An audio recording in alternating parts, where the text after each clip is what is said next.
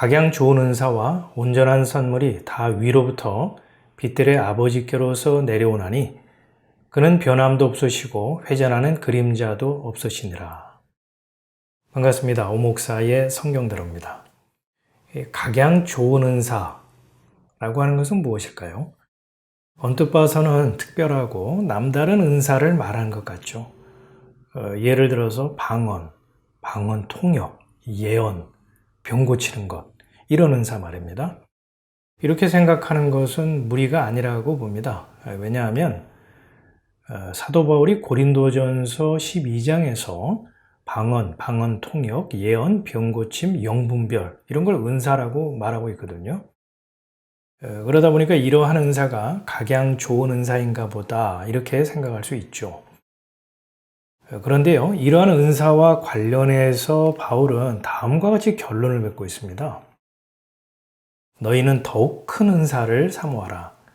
내가 또한 제일 좋은 길을 너희에게 보이리라. 바울은 이런저런 은사를 언급하다가 더욱 큰 은사를 사모해라, 이렇게 권면하는 말씀으로 결론을 맺고 있죠. 자, 더욱 큰 은사는 무엇일까요? 고린도전서 12장에서 이 은사를 언급한 바울은 이어서 13장에서는요, 사랑에 대한 이야기를 하고 있죠. 이렇게 은사를 말한 다음에 사랑에 대한 글을 배치한 데에는 다 이유가 있을 겁니다. 사도 바울이 13장에서 언급한 사랑이라고 하는 것은요, 인간적인 사랑을 말하는 것은 아니죠. 하나님이 당신의 독생자 그리스도를 죄인들을 위해서 내어주시기까지 사랑하신 하나님의 그 사랑, 사람으로서는 흉내낼 수 없는 신적인 사랑을 말하는 거죠. 그러니까 더욱 큰 은사 또는 은혜, 즉 선물이라고 하는 것은 자신의 희생을 통해서 하나님 아버지와 죄인들을 화목해 하신 예수 그리스도의 그 대속의 죽음, 그 사랑을 말하는 거라고 봅니다. 다시 말해서 예수 그리스도로 말미암아 하나님 아버지와 은혜의 관계가 회복이 된 상태, 곧 하나 된 상태를 영생이라고 말한다면 그 영생, 생명을 조건 없이, 값 없이 허락하시는 것을 선물이라고 한다는 거죠. 이 영생이 바로 큰 은사, 제일 좋은 길이라고 말하는 데에는요, 성경적인 분명한 근거가 있습니다. 사도 바울이 은사와 관련해서 다음과 같이 증거했잖아요. 죄의 삭슨 사망이요, 하나님의 은사는, 하나님의 선물은 그리스도 예수 우리 주 안에 있는 영생이니라. 이 하나님의 은사, 선물은 다름 아닌 영생인데요. 병 고치는 은사나 방언을 통역하는 은사, 예언하는 은사, 이렇게 남다른 은사는 받았을지라도 만일 영생을 얻지 못한다면 그 은사는 어떻게 이해해야 할까요? 글쎄요, 우리 좀 생각해 볼 문제죠.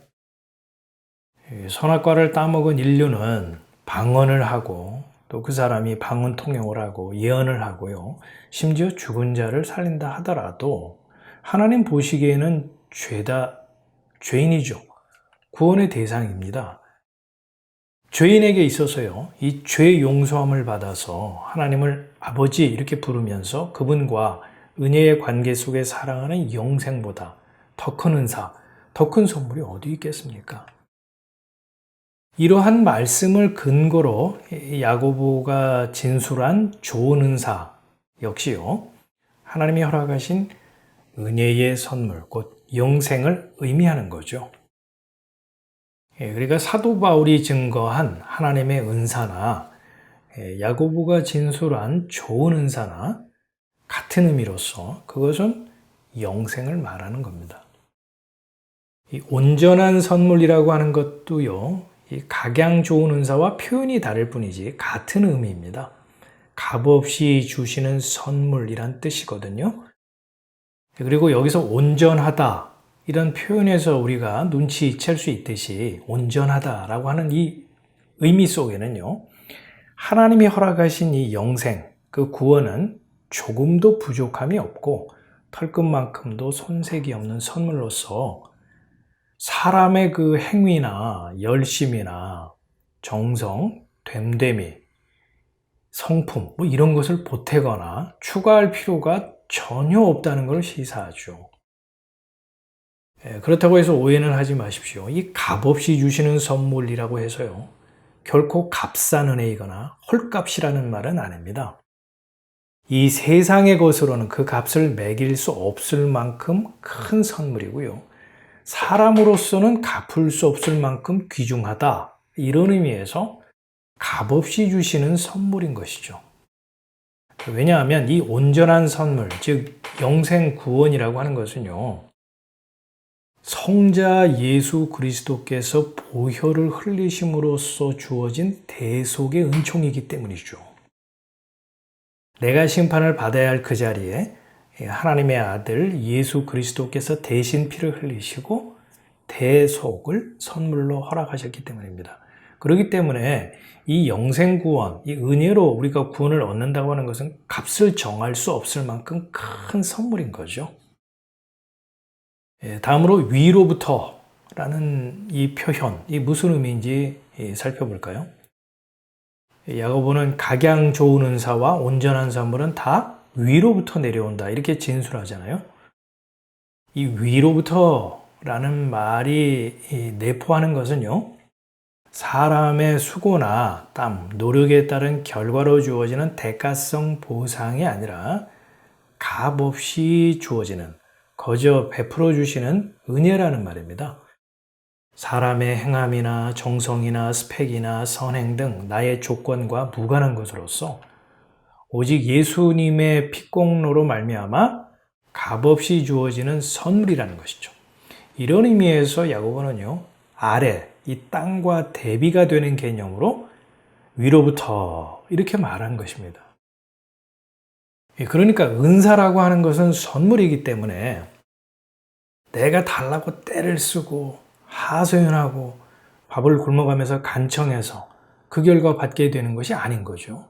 그건 선물이 아니라 보상, 대가일 테니까요. 만일 사람의 수고와 노력 등 이런 행위에 따른 결과로 주어지는 것이라면 그건 선물, 은사라고 말할 수 없다는 거죠. 목사님, 은사를 선물로 받으면 어떻고 사람이 간절히 구해서 얻으면 어떻습니까? 어떻게든 받아서 그 은사를 잘 활용하면 되는 것 아닌가요? 꼭 그렇게 선물이냐 보상이냐 따져야 합니까? 은사는 어떻게 해서든 어떤 방법으로든 받아 챙기면 된다, 이런 생각이라면요, 정말 위험한 발상입니다. 하나님의 은사, 그 선물을 돈으로 살 수 있다, 이렇게 생각했던 사람이 있죠. 사마리아 성의 시몬인데요, 그 사람이 베드로와 요한에게요, 돈을 건네면서 성령을 받게 하는 능력을 사려고 했을 때 베드로가 다음과 같이 엄히 꾸짖었습니다. 당신은 하나님의 선물을 돈으로 살 수 있다고 생각했으니 그 돈과 함께 망할 것이요. 이 돈이란 무엇인가요? 나의 땀과 수고와 노력과 시간에 대한 대가죠. 그래서 피 같은 돈이라고 말하기도 하잖아요.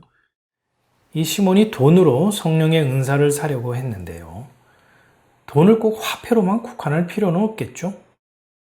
다시 말해서 시몬은 자신의 노력에 따른 보상, 땀의 대가를 통해서 하나님의 선물, 그 은사를 얻으려 했다 할 수 있습니다.